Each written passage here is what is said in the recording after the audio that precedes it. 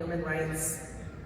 Our next panelist is Dr. Ahmed Abdeen, who is a physician from Khan Yunis, Gaza, who graduated with honors from Ain Shams University. He served at Nasser Hospital in the European Gaza Hospital, volunteering in neurosurgery during the 23 Gaza genocide. After evacuating, he pursued neurosurgery training at UC San Diego and is working towards becoming a neurosurgeon committed to rebuilding medical care in Gaza. Mashallah, mashallah. And then we have two more. I know, can you believe this panel of speakers? Mashallah. I don't know if we're gonna have enough time. Imam Facchine, who always remind me to say zucchini, to remember his name. Facchine is a Muslim intellectual, political strategist, and community organizer. He serves as a research director at Yaqeen Institute, and he's a co-founded Tamkeen, a youth-led organization for Islamic political activism and mentorship, mashallah. And last but not least, we've heard from him before, but to remind you, we have Imam Suleiman Hani, who's the Dean of Academic Affairs at Al-Maghrib Institute, a research fellow at Yaqeen Institute, a resident scholar in Michigan, and an international lecturer on Islam, philosophy, leadership, and human rights. Ooh, are you guys ready? Yes, mashallah, mashallah. We're going to go ahead and have a great presentation. If I can call up all of our speakers to the stage, led by, of course, Dr. Ismahan and Sister Leanne. If you guys can start and take the stage. All right, let's welcome all of our speakers. Round of applause.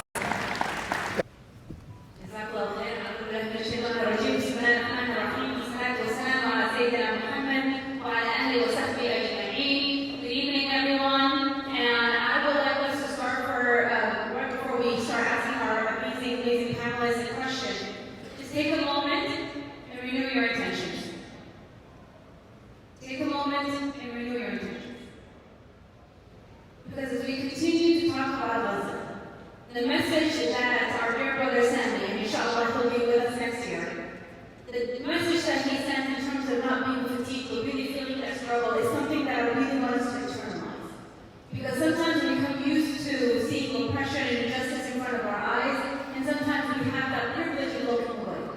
But we want to make sure today, subhanAllah, that as we're having this talk in regards to Gaza, over the 78 years of oppression and injustice in Palestine is Quranic resilience in real life. Alhamdulillah. It's not just stories that we read from the Quran. We're seeing these stories, and there are people who are living through these stories. And so, as we're engaging in this discussion, I want you to think about the miracle of what you're witnessing, of the resilience of faith, of steadfastness, and of struggle, and what does this mean for our own personal faith and our own sense of responsibility. And with that, I want to turn it over to our amazing panelists, and I will just ask an introductory question. Given the theme of this year's convention, what are some of the prophetic values that you've seen that Gaza has shown us? And what are the implications of it for Muslims who are living in privilege, Muslims who are living through many blessings, and Muslims who are removed from seeing that oppression firsthand? What are those prophetic values? And we'll start with our dear sister, and then we'll move down, inshallah.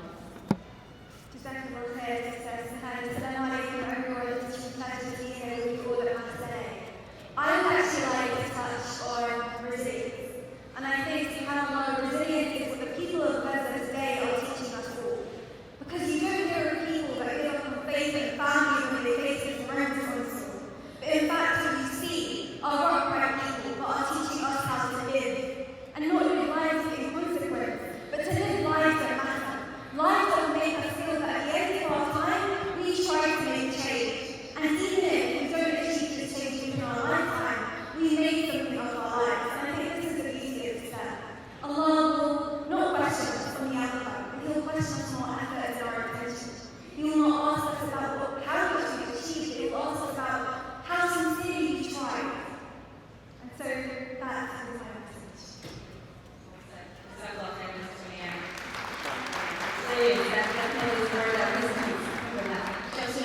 What are some of those prophetic values, and what does it demand from us here as Muslims in America? First of all, it's good to see you all again. I just left the stage, and they dragged me to a podcast. It was very productive. Came right back to see you all because I missed you and I love this one. It's up to you. Inshallah, next year you have standing with us. There's a lot to say, I'm sure, from all say is clarity. Oftentimes, fitan, as we know in our theology, a trial or tribulation may be a means of purification, clarity, and the ability to distinguish between what's good and bad, between people of sincerity and people who are hypocrites. You see non-Muslims at times on the front lines of advocating for Muslims, and you see Muslims, in quotes, regardless of whether or not they're actually Muslims, in positions of greater authority by far, completely abandoning and neglecting and forsaking our brothers and sisters in ways that are not justifiable for any political strategy or any kind of calculation. It's just unreasonable, morally speaking. And so I think this is an example of how the people of Gaza holding on to their faith and the example of resilience that was mentioned is a means of clarity for others around the world. We've had over 1,000 people in Southeast Michigan embrace Islam in the last 2 years who cited Gaza as a catalyst. Their resilience, their tranquility, their patience, their clarity, that in times of loss, you don't think someone sees straight. You don't think they're going to have that steadfastness and that trust. And so the clarity leads to tawakkul being a real experience that's lived and not passive action that you're doing, no matter the situation. Like the young boy who's interviewed in Gaza and he's memorized, Riyadh al-Salihin with the Quran in the last 2 years, and you literally hear the bombs in the background. Clarity. Ask Allah subhanahu wa ta'ala to grant us clarity as well and to protect the people of Gaza and all around the world.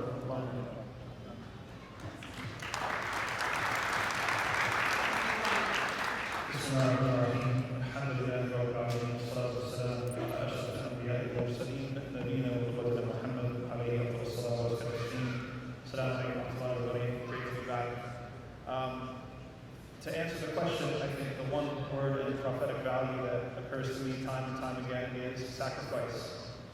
And certainly, it was a year ago where Sammy and I sat on this same couch and stared out into these blinding lights. And we said that it was going to require a lot of sacrifice, prepared to get uncomfortable, that doing anything worthwhile, making history, setting free Palestine, liberating Palestine, ending the occupation of Palestine is not going to be comfortable. It's going to be difficult. It's going to demand sacrifice. There will be people who die, there will be martyrs, there will be people who are arrested, there will be people like Abdullahi who are still in detention in Texas, there will be people like Sammy who are detained and then who are released. That is the price. And our Shaykh, Medina, Shaykh Abdullahi al-Shantini used to say, that one of our problems as a ummah, we want to have our cake and eat it too. We want to have the khilafah, we want to have the liberation, we want to have all of the glory of Andalusia and all the things we read about in the history books, but we don't want to pay for it. Or if we do want to pay for it, we want to pay for it like the people that Dhul Qarnayn went to in Surah Al-Kahf, when they asked them, yeah, Dhul Qarnayn wants to build a salah. And they said basically like, you do the work and we'll pay for it. Just tell us where to tap, swipe, whatever, and we'll be done with it. But Dhul Qarnayn said, no, you're going to help me with your power. We're going to do this thing together. And it takes, in order to sacrifice, it takes living for something greater than yourself. If people in Gaza were living just for themselves, then they would have been on the first plane, the first boat, the first truckload out of Gaza. The people of the Quds would have given up their land and sold to the hundreds of people who are swarming like vultures over them, trying to buy their land from out from under their nose. But to live for something greater than yourself means that you're going to have sabat. It means that you're going to stay put. It means that you're going to hold on. And it means that you're going to sacrifice. You know that the pain is going to come. And you're prepared for that pain. But the difference between the mu'min and the kafir, the person who understands that Allah subhanahu wa ta'ala exists and is real, not just a theory, not just an opinion, not just a thought, is that the pain that you experience while you're waiting for Allah's victory, that is going to accrue virtue, and it's also going to build your status in Jannah. And it's going to put you in the same league as those who pay the ultimate sacrifice, the martyrs, the shuhada, and the siddiqeen.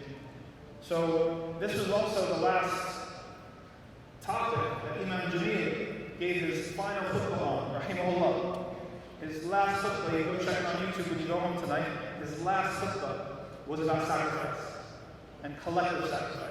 And so these are very, very important lessons that each of us, if you haven't locked in by now, it's time to lock in and get serious and understand the sacrifice that it's going to take, inshallah, to do something momentous and to do something historical.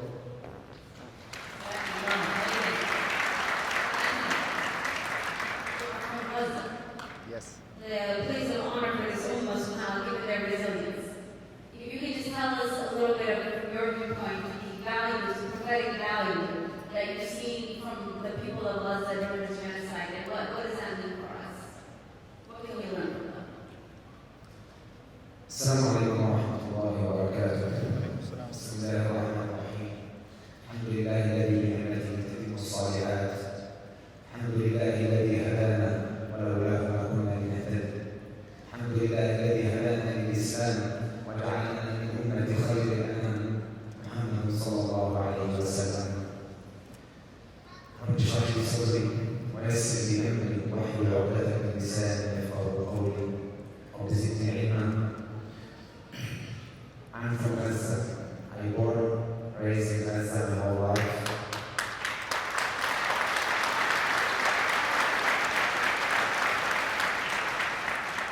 I lived myself, my family lived, and still living in Gaza, the prophetic values that everyone taught about.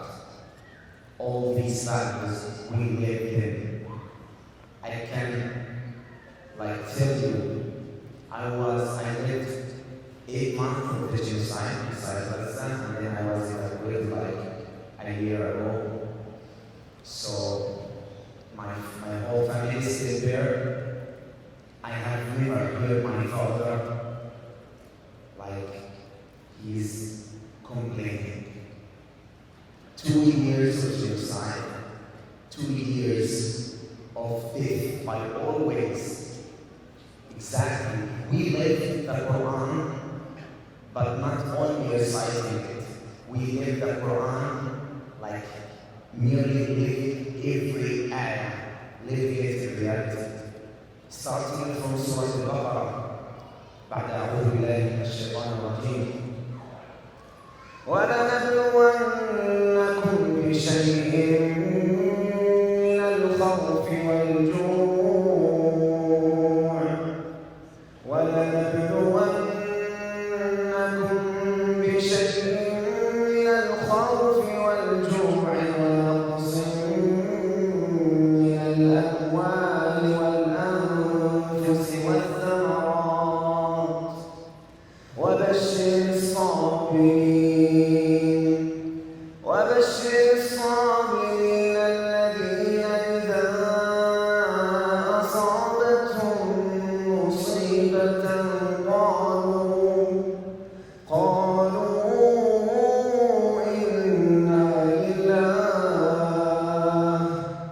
إنا لله وإنا إليه راجعون.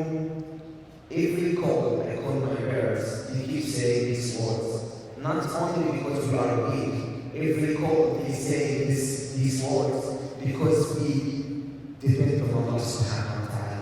Because we are the ummah of our Prophet Muhammad sallallahu alayhi wa sallam, that Allah has never forsaken Muhammad sallallahu alayhi wa sallam during his whole journey for the message of Islam. Starting from the revelation of the message on Muhammad sallallahu alayhi wa sallam, our Prophet, when the revelation was cut off for a short time after Jibreel used to come to Rasulullah sallallahu alayhi wa sallam, the revelation was cut off. Some narrations they say for 1 month, some narrations they are saying for 6 months, and then group of Quraysh came to Rasulullah sallallahu alayhi wa sallam, and they were walking with him, and on the head of this group was Jameel.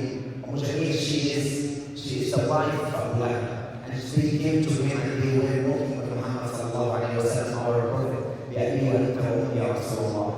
They were saying for him, أخلاك ربك? Did your Lord left you, forsake you? And then Rasulullah sallallahu alayhi wa sallam, he didn't respond. As usual, he just, وإذا خطبه الجاهلون قالوا سلاما. Then he was saddened by what they said to him and by what they worked on him sallallahu alayhi wa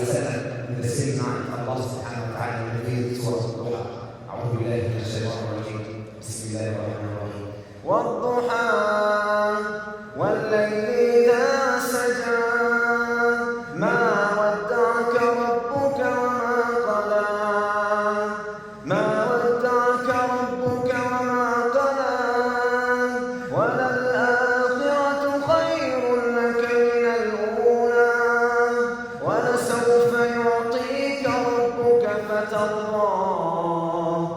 Allah subhanahu wa ta'ala has never forsaken Muhammad sallallahu alayhi wa sallam, our prophet, and he will never forsake his ummah, especially the honor for the ummah.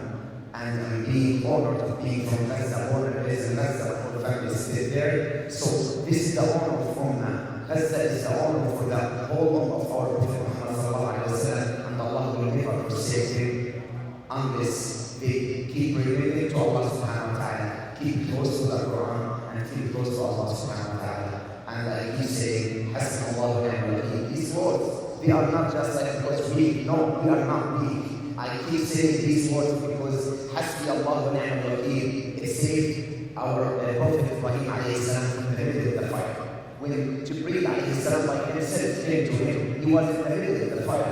And he asked him, Alaka hajatun ya Ibrahim, do you want anything from me? I can help you, I can save you, I can like let you get out of all of this, I can take care of all of this. Allah, Jibreel, Prophet Ibrahim alayhi salam, he didn't depend on even Jibreel. He said, إذا كان منك فلا ولكن حسبي الله ونعم الوكيل ولكن حسبي الله ونعم الوكيل فقلنا يا نار كوني بردا والسلام على إبراهيم. شكرا.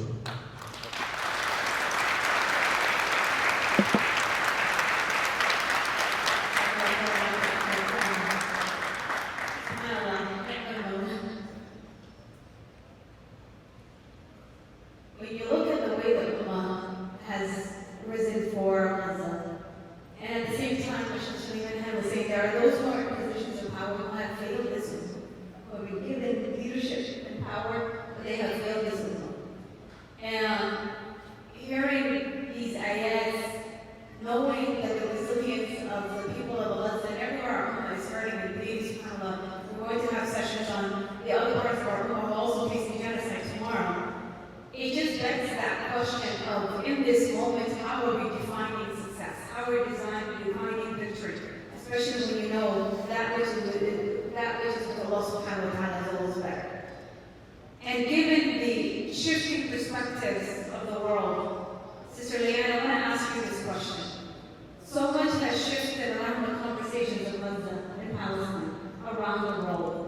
And I remember the first time that I learned about, and this is a failure on our Muslim community, and I say this over and over again, we have not properly talked about Palestine for the past decades before this genocide. I've learned about what's happening in Palestine in college. And the day that I saw the presentation from Dr. Leanne, I was so angry with the Muslim community of not telling us about the stories that was happening and divorcing the faith from what's happening in regards to Masjid al-Aqsa being under occupation, and our brothers and sisters facing such horrific, subhanAllah, injustice and oppression. But today, comparing to when I first learned it today, you see that shift. You see that shift in perspective. You see the way that the world is finally listening to the cries of Gaza and our Palestinian brothers and sisters. Can you walk us through what has shifted? And why is the world listening today, rather than the past over 78, 79 years of occupation? I truly believe that we are at a profound time. That Gaza has taught us all the meaning of what it means to live.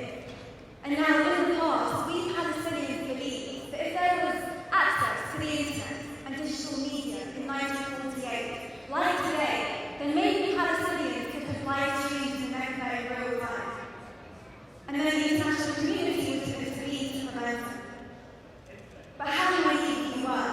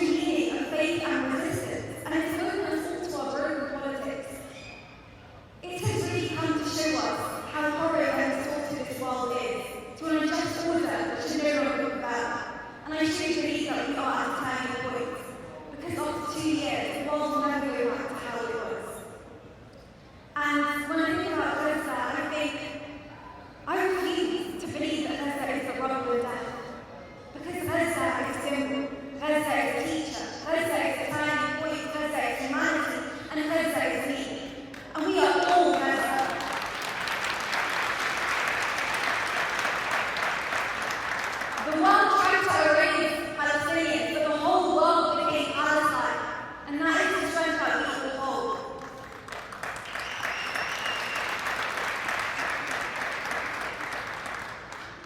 And so, I think so much has changed. Gaza is changing an entire generation for the good.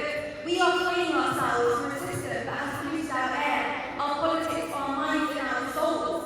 Young people today have a great cause, and Gaza has ignited within us a passion that would be so hard to extinguish. And I tell you that Gaza is the soul of our soul. Every action that we do now is for the sake of Gaza, for the sake of Allah, and that is the beauty of our intention, everything that we will be doing for Gaza. And I think that today we have seen a huge shift, and I am so hopeful, and I want to tell you that there is so much power in our ummah. We have seen this over the past 2 years. I was speaking to Sister Ismahan earlier today, and he was saying that many Muslims tend to overlook the successes. Yes, we know there is no ceasefire. Yes, we know bombs are still dropping on Gaza. Yes, we know many Palestinians are still living in their tents in harsh conditions. Many Palestinians are still being killed, but we know we've come a very long way. And they want us to stop, but the power is in the consistency of our actions, and that is why it's so important that we continue until Palestine is free in the end.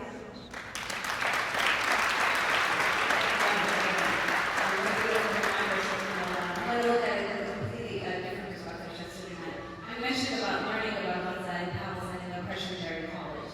And I remember when I learned a media commitment, that I'm turning this pain for my brothers and sisters into action, and that I will fulfill Allah keep steadfast in this, that I will remain in the fight for Palestine until it is free. But we've seen in the past 2 years, subhanAllah, how a lot of folks have really internalized a lot of guilt, a lot of grief, and some folks have felt paralyzed given the atrocities that they are witnessing.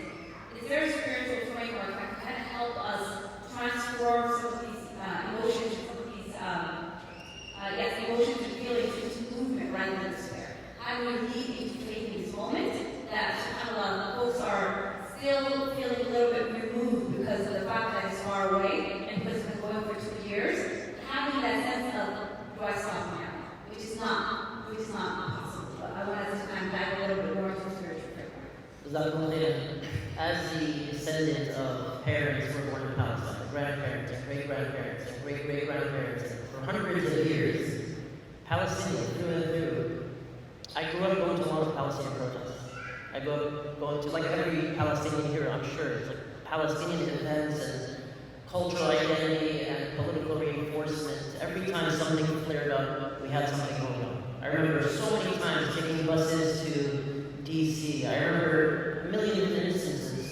And the reason I share that is simply to say that it's not just you who had this impression that, oh my God, all of this is happening and our ummah is not aware. The reality is addressing structural injustices is really difficult work. Because if we were to ask and just, get a show of hands, I'm sure if we were to talk about the Uyghurs today, compared to 10 years ago, when there was a lot less awareness, and every time we brought it up, people were like, what on earth is happening in East Turkestan, Sudan, all of that. This is simply to emphasize that structural injustice really does require us to channel the anger or the sadness at times or any other emotion into real change. And that means the hard work, that means showing up, that means building institutions, that means for many Muslims, I think, these last 2 years, there's been a shift from Muslim presence to Muslim participation, to building things, to advocating, to coalition building, to a lot of 501c4s. I also think Muslim political understanding has grown a lot. I think participation beyond just Gaza has increased in proficiency. I do think there's room for improvement because still people don't see this as wajib. And from a fiqh perspective, I don't mean this to sound controversial at all, but if we're living in the modern world and now we're able to see everything that's happening and it's documented and it's live streamed from Gaza to Sudan to East Turkestan, Facchine, in the US, and families separated and all of that, the responsibility increases. And so it becomes a communal obligation, yes, but also if you have a personal capacity to do something, whether it's raising a righteous child or being present at a local event or voting at times for local politics or federal, whatever it may be, the obligation level increases. So the spiritual part here for us is don't just emphasize وَلَا تَهِنُوا وَلَا تَحْزَنُوا وَأَنْتُمُ الْأَعْلَوْنَ إِن كُنتُم مُؤْمِنِينَ. But also, what does that look like in action? Sure, don't be sad and don't overly grieve where you're paralyzed. But what's next? Do you want another situation for the Ummah to talk about in 10 years? And the answer to all this is absolutely not. So translating it into action is now the responsibility on our shoulders. SubhanAllah, I was thinking about what was just shared. It was very powerful because there's a Bosnian sister in one of our organizations. She survived the Bosnian genocide. And what she shared was very, very emotional. She said at the time they thought if more of the world could see live broadcasts in the 90s, live broadcasts of what was happening, for sure everyone would step in. And as we're seeing in Gaza, she's like, the reason we're so heartbroken is that's not the case. Yes, the people. Yes, a lot of people. And oftentimes we forget the immense amount of khayr that's in the ummah, and we always have to preface any difficulty or pain or calamity that there's a lot of khayr going on. There's a lot of goodness, alhamdulillah, there's a lot of revival. Let's be part of that. Let's continue that momentum to take the spiritual into something that is very tangible. Look at your local community. How many Muslims go out for local elections? Can we start there? What is the voter turnout at the local level? What is the awareness that Muslims have in the masajid, and the imams as well, and the students of knowledge? And are we reaching out to politicians enough? And oftentimes, when you start to see the tide shifting, we forget the price was very high. The price was not just the last 2 years, but the last 7 years. And I said this earlier, and we have to keep reminding our community, Zionism is inherently tied to Islamophobia. You cannot have the fulfillment of Zionist or post-Zionism as well. Philosophy, their goals to be achieved require Islamophobia. So we're not separating Zionism in terms of just Palestine from what's happening to 2 billion Muslims in the world and the harm and the injustice towards Islam overall, and the people who might not ever learn about Islam. We have people like this Rachel doing more good work than people with political power in the Middle East. We have influencers who don't like Muslims who are at least saying, why are you guys Israel first as a country when clearly they have hijacked your political institutions? And so let's continue to translate the spiritual reactions that we have and the emotional into something that is very tangible. And ask Allah subhanahu wa ta'ala to utilize all of us in our own capacities. Allahumma.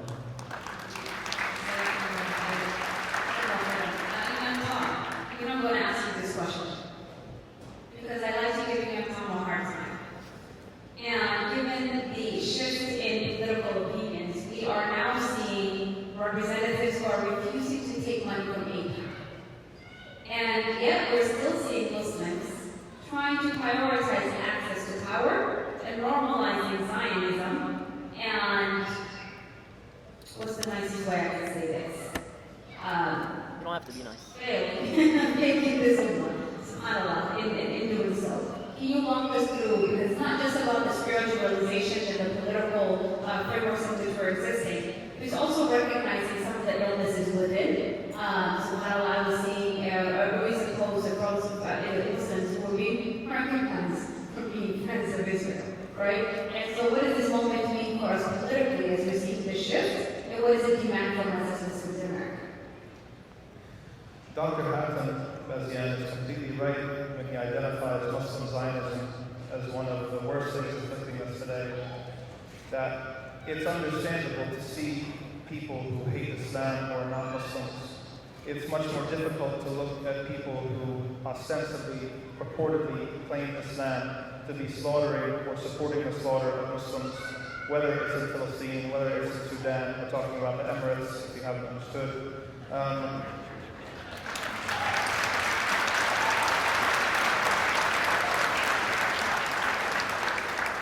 You're only encouraging a tangent. We need to boycott the Emirates the way we boycott Israel.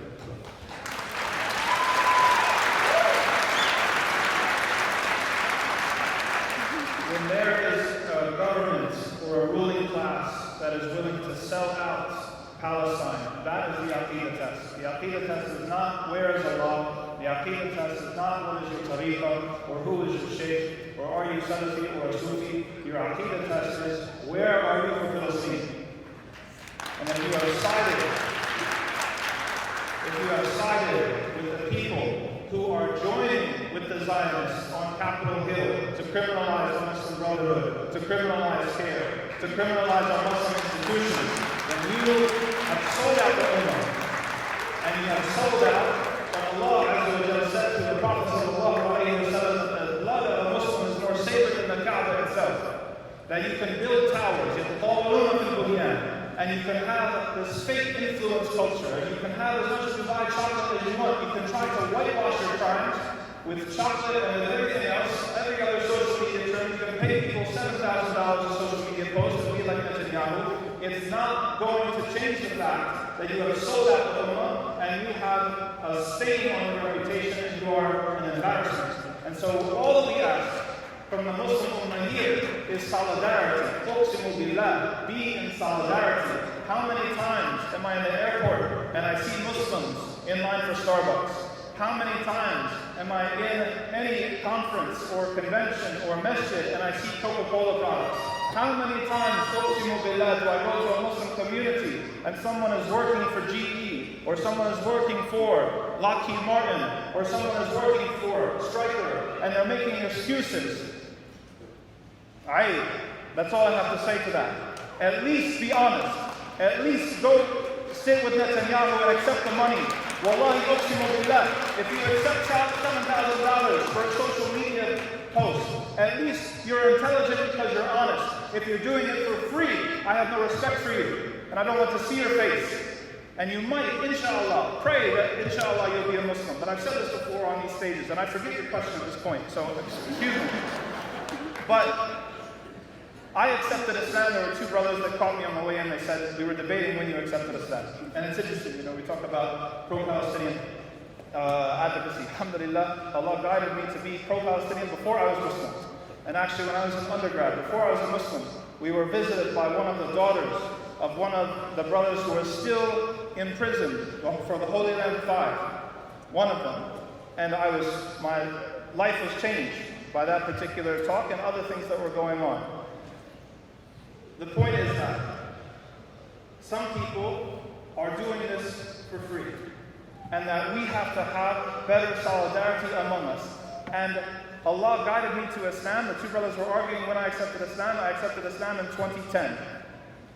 Every Muslim on the face of this earth has to fear that if they do not show up for Palestine or for our brothers anywhere, East Turkestan, Sudan, and the rest, that Allah will replace you. Allah will replace your descendants. He will lead your descendants astray, and your descendants will not be Muslims anymore. And He might have replaced someone with me, and He might replace someone with somebody else. And so this is existential. Things have consequences. You have to be serious. Jalal says all the time, Islam is something serious. You have to be serious about it. It's not Instagram. It's not Halal Fest or Food Fest or Madriyesh. This is serious. That there are certain thawabit, there are certain red lines that we do not cross as a Muslim. There are things that are tainted with the blood of our brothers and sisters all across the world. And now if you have it, wallahi, Allah Kareem, Allah is merciful. Allah had the right. Allah had the right to wipe us all off of the face of the earth for not having paid attention until now, or until October 7th. The fact that Allah subhanahu wa ta'ala allowed us to exist for this long is a mercy that we didn't deserve. Let's not screw it up. Let's take advantage of the habit, the rope that Allah subhanahu wa ta'ala has extended to us, and take advantage of the time. Does that answer your question? Okay.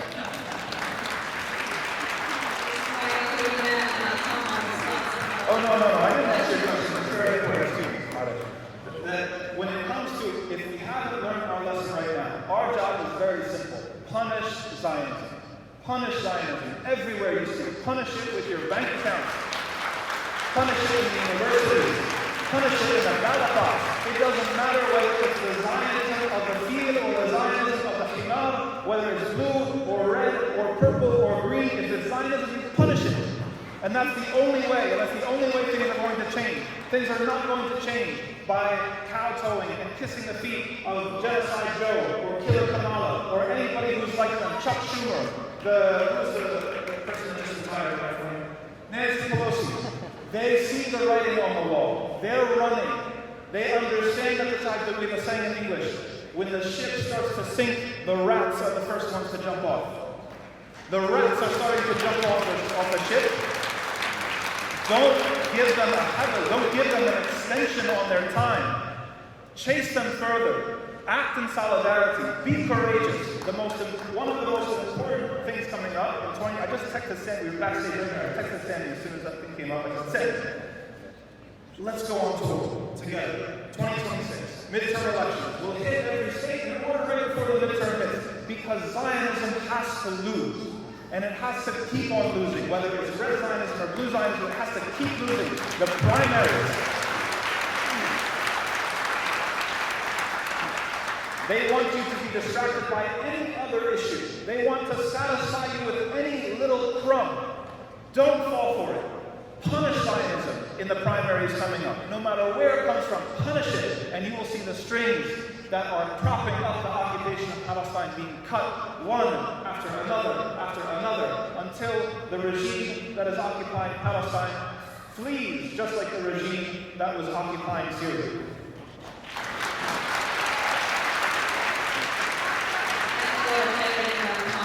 Palestine should be that litmus test. It shows whether the individuals who are running for office or anyone else, whether they are courageous or not, whether they are normal or not, whether they have that clarity or not. Dr. Ahmed, I want to ask you a question, inshallah, and we'll kind of come back to more of the political reality for a second. But if there was a message that the people of Gaza would have for the Muslims who are here today, what message will that be?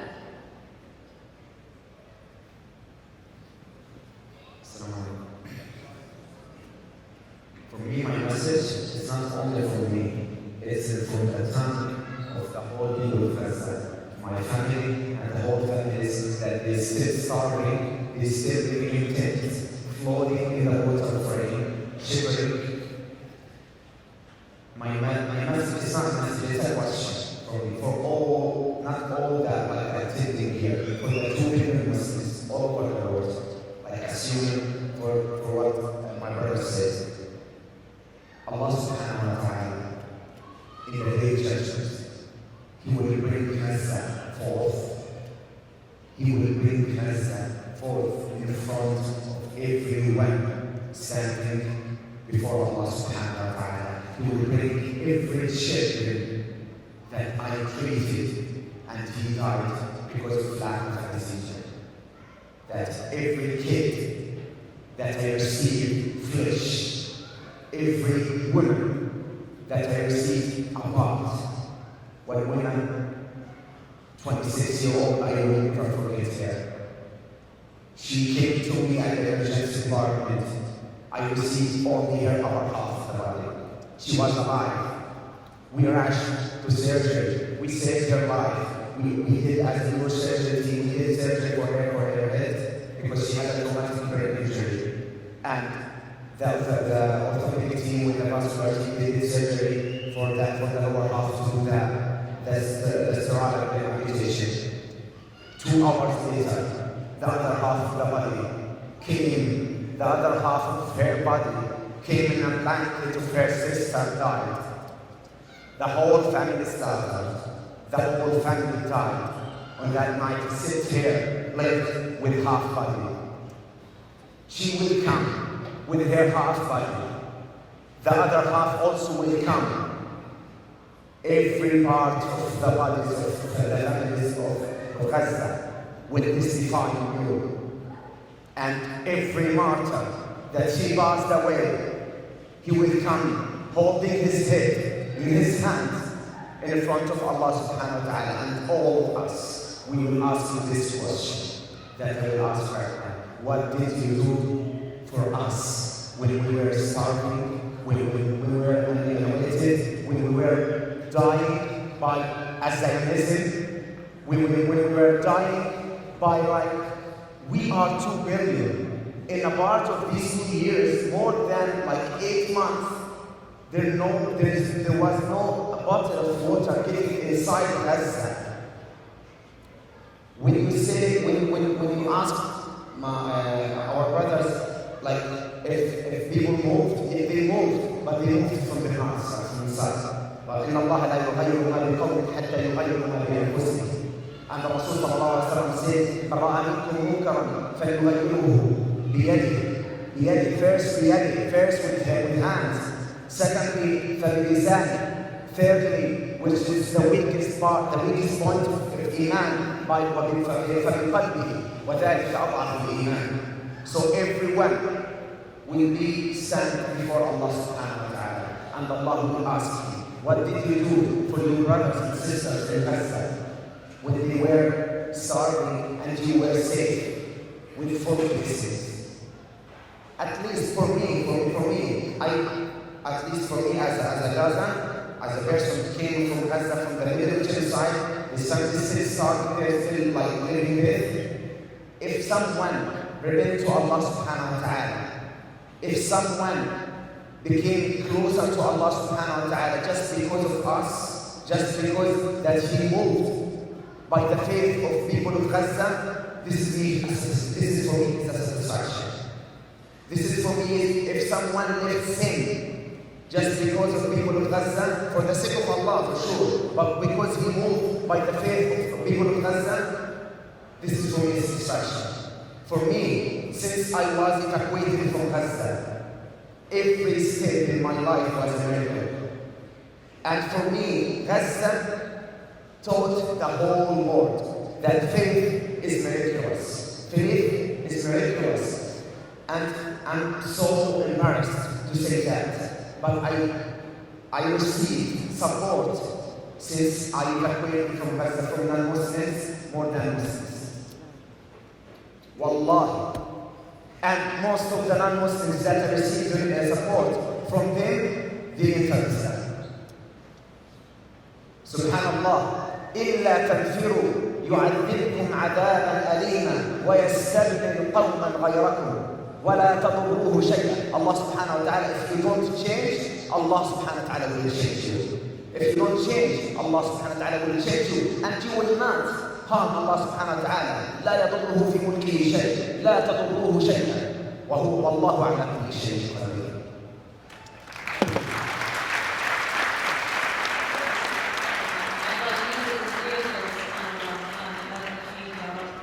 Speaking of change, Sister Leanne, you decided to run for Parliament. Given that you've been active way before October 7th and the genocide in Gaza. Well, can you tell us a little bit about how the past few years have shaped your own story, your trajectory in the political space in the UK, which is a little more roughed up than us here in the States? When the slaughter of people in Gaza started 2 years ago, I vowed to myself that life will never be the same. We cannot and will not stand by while bombs drop on innocents. Bombs were made at home where I live in the UK by the munitions company's license by our British government. And I realised that to stop the genocide, we needed to make the competition system. And so in the UK general election last year, I came within 500 votes of seating a pro-Israel cabinet minister whose name is West. And I stood as an independent. I did not have the money, I did not have the fast machinery. No pollster said that I would even come close. And so he had all the money, he had all the fast machinery behind him. We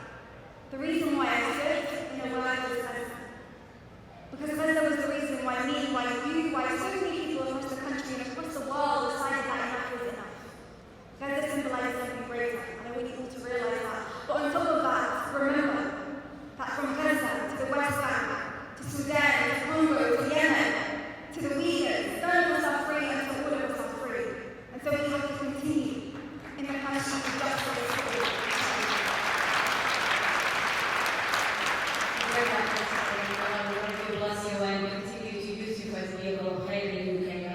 Chef Suleiman, I want to dig a little bit deeper. I know the conversation is about Gaza, but one of the things that we're seeing is a lot of folks who are introduced to Palestine, who are introduced to Muslims, and they learn a little bit more. They're able to navigate the propaganda and stereotypes that they have been facing their entire life. So he has opened the eyes of many people. Not just for me to act with Muslims or I can see the truth for themselves. But sometimes we see the Muslim community, we tend to keep in a bubble, right? In the concept of maybe just trying to preserve faith. And forget that component of it. But that has been a huge somehow front and center message that we've learned, that when you put Palestine in the center of the conversation, the discussion, when people are able to see the truth for themselves, almost kind of guys into the truth. They're willing, right? And they have that intention.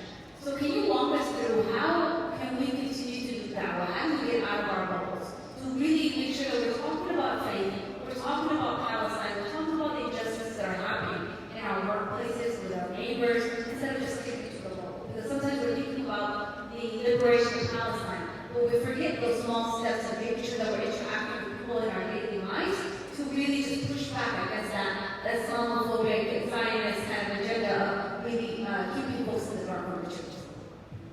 There's a lot of different ways I think this could be addressed. First and foremost, I think is knowledge. To be confident, you have to know what you're confident about. So you find comfort in knowing the reality of the situation. I always share, so I visited so many student encampments across the US, and I'm sure others have as well. And a lot of the students, if they were to have asked about Palestine, let's say 2 years ago or 3 years ago, I would have probably had a very different approach, even about Islam or about Muslim Ummah. Whereas now the level of knowledge and proficiency is so much higher, awareness level is so much greater. So the more you know about a specific area or your own faith, the more comfortable you are sharing it. The second is don't feel embarrassed to share, even if what you know seems insignificant to you, because you have no idea the impact it could have on one coworker, one classmate, one professor who says the wrong thing in class and you wisely and strategically correct them. The other thing to keep in mind is reaching out also means multifaceted kind of institution building. And so sometimes we think of da'wah just as awareness, communication. But as we're seeing now, one of the reasons Muslims feel like the action has been very slow on Gaza and other situations is that when you think of our economic power in all Western countries, you think about the level of education Muslims have, you think about the institutions that already exist, you think about the population quantity, we start to realize if we were more strategic, a lot of the complaints Muslims have about barriers, like working for companies that refuse to divest from genocide, could be prevented, and if they cannot be prevented, then it's time to build alternative institutions. It's time to invest in one another. It's time to get past the jokes that people used to say that I can't work with other Muslims and figure out how to work with other Muslims in a way that is healthy, in a manner that is strategic. And that means every one of us carrying Islam on our shoulders with a sense of amana. You look at the Sahaba and the scholars say one of the reasons they were so strong is because they felt if we did something wrong, this could have ripple effects on the rest of the ummah after us. And I asked this question in a live audience, actually a larger audience even than this, and when we thought about it, it's interesting, most Muslims today, they don't think their actions are that important in terms of the ripple effects on other Muslims or the ummah. But that's not true. Every single Muslim, upon truth, makes a difference in your own capacity. And that means students at schools and with classmates. That means parents who are raising their children. That means those who are working and investing. We have millions of dollars Muslims invest in the stock market without considering beyond the typical Sharia standards how that money should be used for political causes. We have Muslims now asking in large numbers, all the fiqh councils, sorry, I know it's a tangent, but there's a sense of urgency here. There are a lot of Muslims here and other places reaching out and asking the fiqh councils, can we use zakah money for political causes? And before that's explored and is being explored by different councils in North America, the question is, are we even being efficient with already the income that we have and the charity that we give? Sometimes we're working in just one area, we may neglect preventative measures, structural changes. And it's important to consider that it is an act of worship. And that means the upcoming elections next year, and elections everywhere, at any time, that we invest in our communities, that we host politicians. And lastly, da'wah here is not just, I'm a Muslim who cares about Palestine, but I will neglect other political issues. It is important for us to be frank here. Palestine is a litmus test.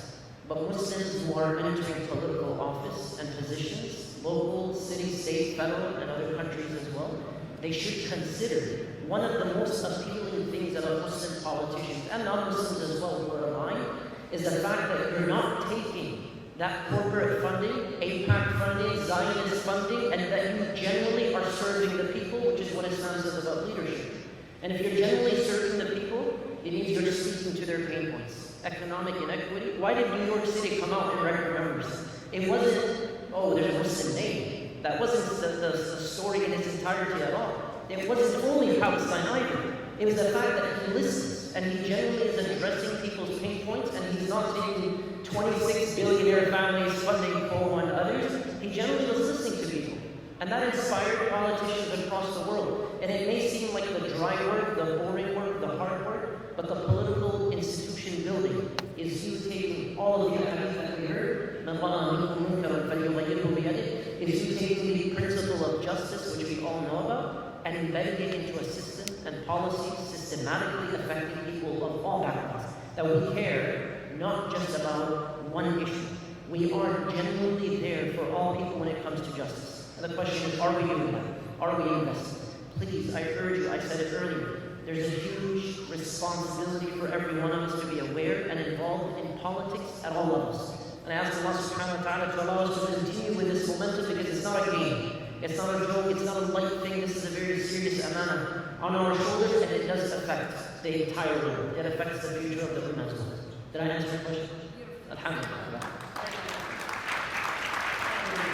So I want to look at the other side of the coin on this question.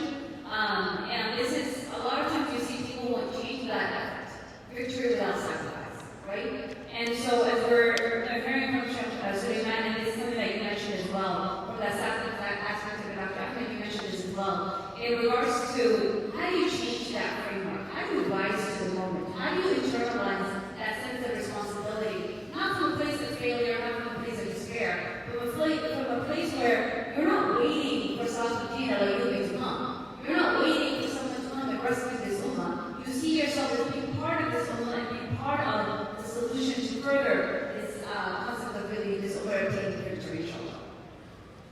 It comes back to things that we mentioned before about living for a greater cause. Unfortunately, we have the most sophisticated tools and distractions in order to take us away from a higher purpose. The forces of evil don't rest. They continue to plot, they continue to organize.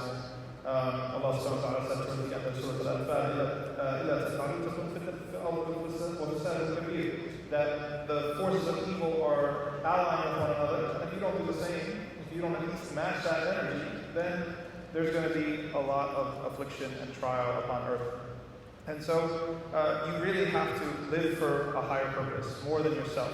Ismahan Hani, he said in Adriya al Sharia that there are three purposes to life that Allah subhanahu wa ta'ala mentions in the Quran. And the first one, the lowest level is your livelihood. That's the lowest one. And I think it's hilarious every time that a young person wants to go to study Islam, they want to travel overseas, they want to study, and the parents react as if they had just been given some horrible news, and they say, well, what will you do for your livelihood or your future? Are you kidding me? Which future are you talking about? Are you talking about the dunya? Are you talking about the afterlife? Like seeking knowledge of Islam is one of the best things you could do, especially for your real future, for the afterlife. And it's also something that's good for your dunya as well, because it will guide you to halal and haram. Unfortunately, we live in a very backward situation. Not a backwards and an undeveloped situation, but in a backward situation where we will cheer and we will take pride in someone who is making a lot of money in a completely haram way. And we will be uncomfortable and we will think it's aib and we'll think it's shame that someone who has, even lives within their means, doesn't have an Instagram-worthy lifestyle, right? But they live halal, that we look down on that, we're ashamed of that. This has to change. So just having, you live for higher things than yourself. Do not fall prey to the neoliberal capitalist model of living at the edge of your means, living beyond your means, living with the most expensive car that you can afford, the most expensive house that you can afford, the most expensive this, the most expensive that. Sacrifice something for Allah subhanahu wa ta'ala. Sacrifice something for your brothers and sisters abroad. Leave something left so you have room to maneuver. Right? So we complain about being doxxed, we complain about being fired from our jobs. Okay, well, you have a choice in where you work. You have a choice in what you do. And I say this as somebody who has sacrificed things and somebody who has left jobs. I have left jobs, I have left careers because there was something that was against my faith, okay, after I accepted Islam. That once you start, our problem is this. We talk about believing in Allah, but if aliens were to come down to earth and were to look at us and we were to ask them, these people that call themselves Muslims, do they act like they believe in Allah? Do they act like they trust that Allah is Ar-Razaq? Do they act that way when they act like the Zionist has control over their rizq? They act like the Zionists have the control over their lives. A Zionist cannot take a penny out of your pocket. That's up to Allah subhanahu wa ta'ala. A Zionist, Netanyahu, anybody cannot take a second off of your life. That's up to Allah subhanahu wa ta'ala. These are things that you learn in kindergarten. Act like it. Act like it, and you'll see, if you start to make small sacrifices for Allah subhanahu wa ta'ala, Allah will give you something in your heart. You will be liberated from fear. You won't care what anybody says if anybody stands opposed to you, because you've done what I call a trust fall for Allah subhanahu wa ta'ala. You'll actually have the ma'rifah, the experience, not just the book knowledge, but the experience of Allah subhanahu wa ta'ala picking you up, and not just picking you up, but actually elevating you to a level higher. Let me tell you something really quick, I know we're running out of time. I had an opportunity to study with some very, very, very famous people in the secular world. But I saw one thing, and I was a new Muslim. I saw one thing. There was this professor who was at the top of his field. And I went out to dinner with this professor with a bunch of other students, and he ordered alcohol. He ordered wine. And something just bothered me to say, am I going to go and study and submit myself and become some sort of apprentice to somebody who's going to sit and drink alcohol? I said, no, I'm not going to do that. So I decided to put my entire life on hold. I left the academy, I left the trajectory I was on. I went and I worked in restaurants. The first job after I accepted this time was in a Syrian restaurant. I did everything. I was the dishwasher, I was the delivery man, I was the cook, I was the waiter. Okay, I was cutting the parsley for the tabbouleh until the mama said it was enough. And it was more than I anticipated. I worked in restaurants, I swept floors, I did anything. I worked on farms, I harvested vegetables. Okay, I fasted on the lawn in the summer, harvesting vegetables, working 10, 12, 13, 14-hour days. And then Allah subhanahu wa ta'ala opened things to me. He opened for me to go abroad and study in Medina. He opened for me to have opportunities that I wouldn't have had otherwise. It's not because I'm smart, I'm not particularly smart. It's not because I'm particularly pious or righteous or do this or do that. It's just because you sacrifice. Full circle. Sacrifice for Allah subhanahu wa ta'ala. Experience His care and His mercy. Do something of worth and of value, and you will be liberated. You will understand that you're not actually interacting at a horizontal level with these people and these enemies, these people who are trying to stop you and people that are trying to outmaneuver you. All you're interacting with is Allah subhanahu wa ta'ala. You're only interacting vertically. Do you approve of me, Allah? Did I do the right thing? Did I plan as much? Did I do everything that I could? And Allah subhanahu wa ta'ala will continue to guide your steps.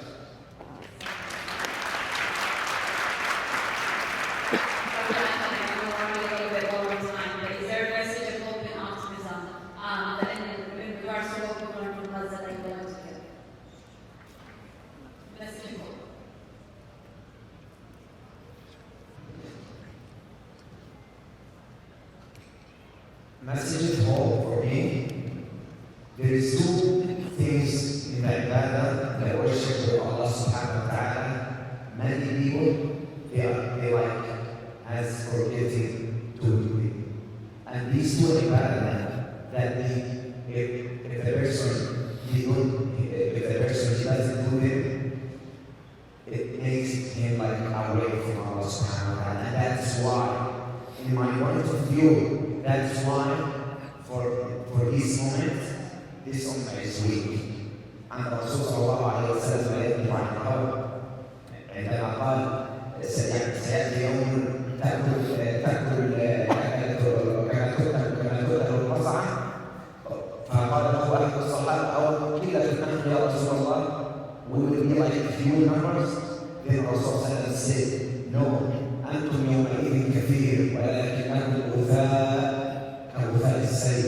You will be so much, but you will be like a foam, useless. So yeah, sacrifice, as my brother said. And also, من ترك شيئا لله عوضه الله خيرا منه. If you leave something for the sake of Allah subhanahu wa ta'ala, Allah subhanahu wa ta'ala will compensate you from the same way. If you leave money for the sake of Allah subhanahu wa ta'ala because it's like haram or something, Allah subhanahu wa ta'ala will compensate you from the same way. You should do something because don't underestimate yourself. This is very important message. Don't underestimate yourself. You know, in the Shaykh of Rasulullah sallallahu alayhi wa sallam, they were trapped for 3 years. How the Shaykh was like, the siege was broken and everything ended half. By the move of who? Muslims? No, by the move of big army to protect Rasulullah and save him from starvation. No, by 3 non-Muslim people, 3 non-Muslim persons, 3 non-Muslims. So don't underestimate yourself. Don't underestimate yourself. Do your effort by a word, by anything, by dua, by even waking up an hour before Fajr. That's what I wanted to say to conclude. Is there is 2 things in the worship that we have completed: dua and qiyam, tahajjud.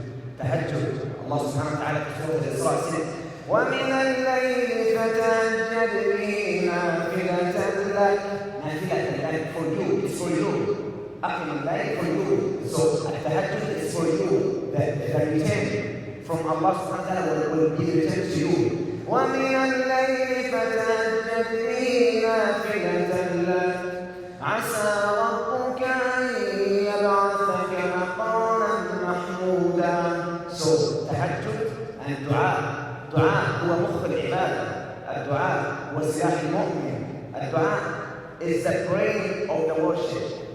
With dua, Allah subhanahu wa ta'ala saved Ayyub alayhi salam after 18 years of disease. With dua, Allah subhanahu wa ta'ala saved Muhammad sallallahu alayhi wa sallam when he said, لا تحزن إن الله معنا فما بالك باثنين الله ثالثهما. And also with dua, Musa alayhi salam. This is a very like big lesson. You can like overthink with this. When Musa alayhi salam, when his people said, because behind him was where Fir'aun and in front of him was the sea, and his people said, قال أصحاب موسى إنا لمدركون. We lost. We will be defeated. We will be killed. Then Musa with full certainty, he said, قال كلا إن معي ربي سيهدين.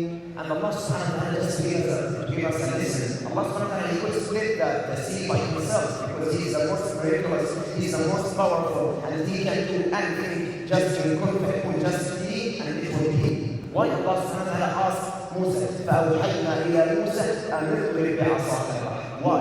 Just as a lesson for us to move, to do something, to move. Don't underestimate yourself. If someone else said Musa, like a stick, we're not going to think, what are you saying? If someone else, but because Musa, he has full certainty, and after the certainty, he's doing his job, he's doing what is like meant for him to do. Allah subhanahu wa ta'ala أوحينا إلى موسى أن اضرب بعصاك البحر فضرب موسى خلاص. Musa did he did, and then Allah subhanahu wa ta'ala said to see. And also, same thing when Maryam alayhi salam delivered, and she was like so weak, she just delivered. She's not so strong to shake the pot and get the food from the pot. Yeah, but Allah subhanahu wa ta'ala said to her, وَهُزِّي إِلَيْكَ وَصَافِقَ عَلَيْكَ وَرَجَلِكَ. Beautiful.